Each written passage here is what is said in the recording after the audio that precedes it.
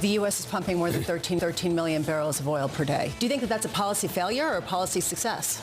It's a policy necessity because you obviously can't shut down the economies of the world and be ridiculous in sort of saying, oh, okay, we don't, you're going to affect demand without affecting supply at the same time. You've got to have a broad approach.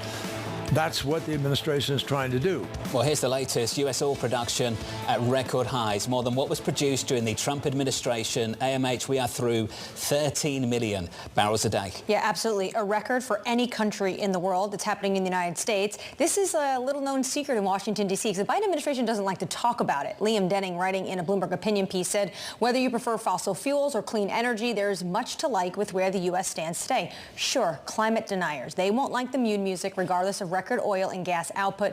Biden's bigger issue, though, Jonathan, however, could be with the left of his own party, for whom all of the above energy is a cop-out rather than a practical means of maintaining momentum for the transition. Amos Hochstein can't wait to talk about this. The White House senior advisor to the president for energy and investment. Amos, good morning to you. Good morning. Is that something you're proud of? 13 million barrels a day? Is that a good thing?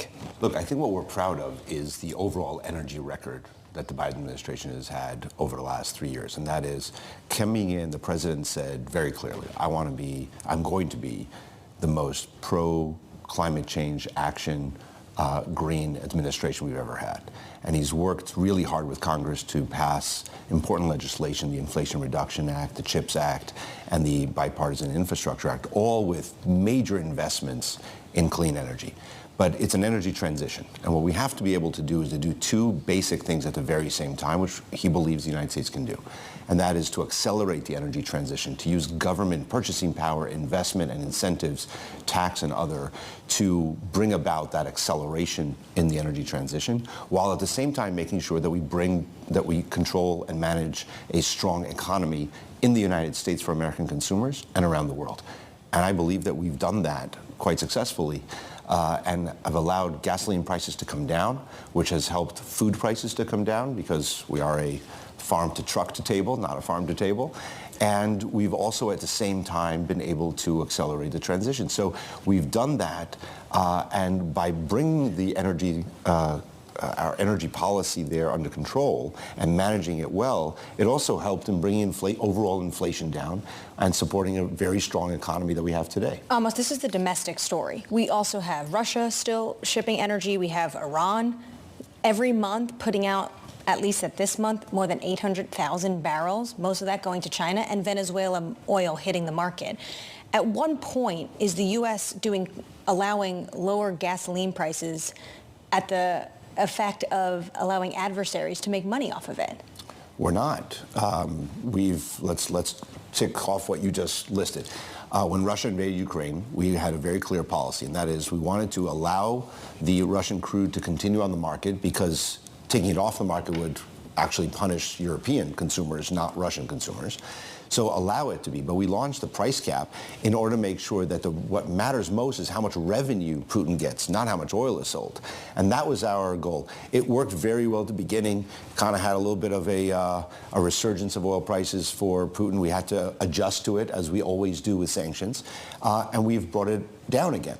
So we have exactly what we wanted, is the Russian oil on the market, but lower revenues. So he gets significantly less than what oil is traded for.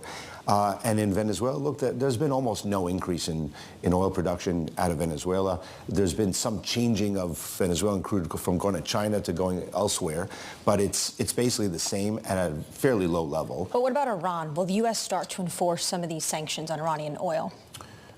If we weren't enforcing sanctions on Iranian oil, Iran today would be back to where they were before sanctions, which is at about 2.5 million to 3 million barrels a day. They have enormous amount of reserves and resources. And the reason that they're not doing that is because they're under sanctions.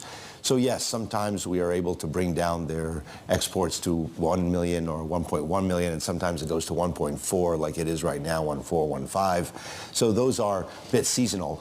But by and large, they are under extreme sanctions. They are not able to develop their gas sector, even though they're one of the largest reserves in the world, and they export nothing.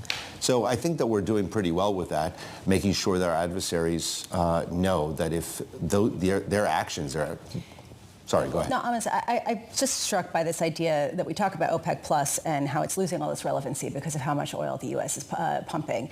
And there's this question, I mean, not relevancy, but they're concerned about the plus and then beyond, which is the U.S. And there's a concern about how the U.S. has sort of the moral high ground, both with energy policy, with Saudi Arabia, with Riyadh, as well as to help negotiate some of the very difficult situations right now in the region, given the fact that the U.S. is kind of eating their lunch a little. So I'll tell you, I don't subscribe to the is OPEC Plus relevant or not. Because some years I'm told the United States is not relevant and OPEC controls the world, and some days I'm told OPEC has lost their relevance. Let's just say that they produce an enormous amount of oil, and they have, because of their collusion with each other, they have some impact on prices. But that's not what's important. What's important is where I started.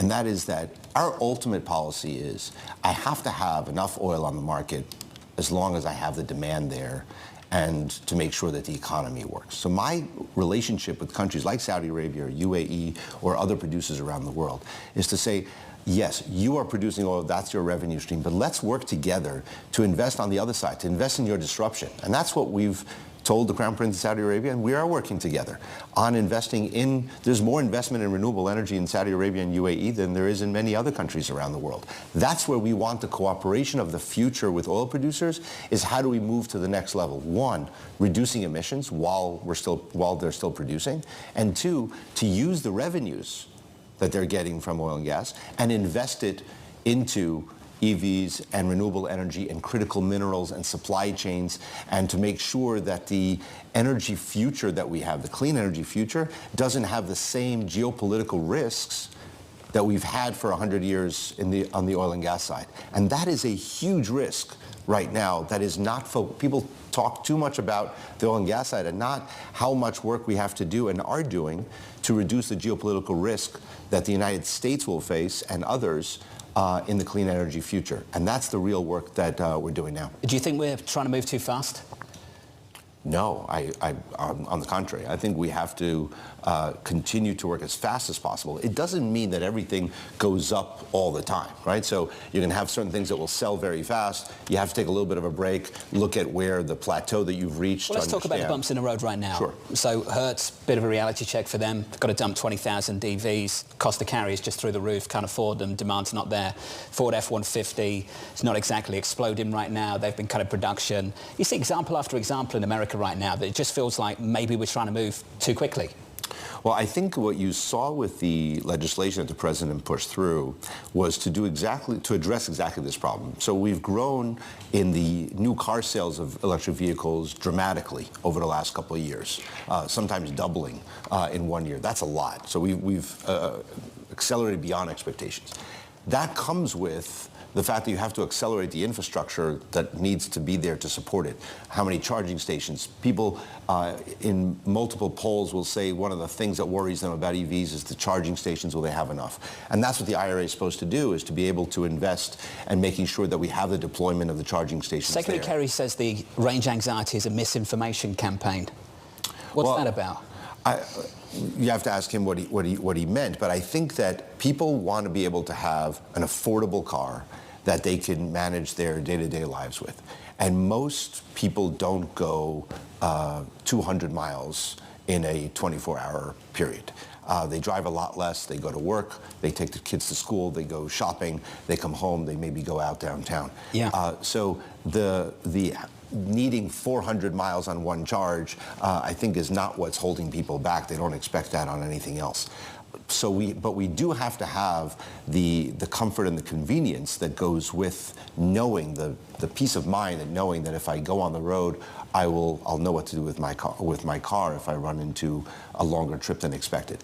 And I think those are the kinds of issues that we need to work on. So instead of going into these, extremes of EVs don't work or EVs are working, we have to look at what's stopping people from buying them. How do we address that issue? And that's what President Biden has been doing this whole time, trying to avoid the hyperbole and going into what do we have, what are the solutions? If we want to be the leader in the auto sector for the 21st century, we have to invest now. We have to make the investments so that we are the sector lead.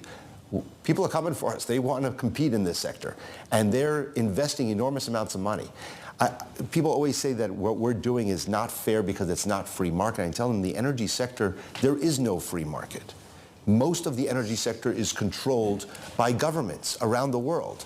And we need to put in American dollars, not to replace the private sector, but to incentivize the direction of travel so that we can accelerate this energy transition. Because if we don't, we will fall behind. Not only will we sin to our children and grandchildren on climate change, but we will actually do a disservice to American economic security. The private sector is not going to make these investments because if they're not 20% IRRs or 18%. So what we need to do is to have that incentive, both on the tax side, credits, other incentives, and the actual spending, so that the private sector then comes in and makes those investments. We've seen it work in the CHIPS Act, where that's not only an economic security, Jonathan, it's a national security concern if we're not making the chips for the future that we are trying to create. We lead the world in the technology.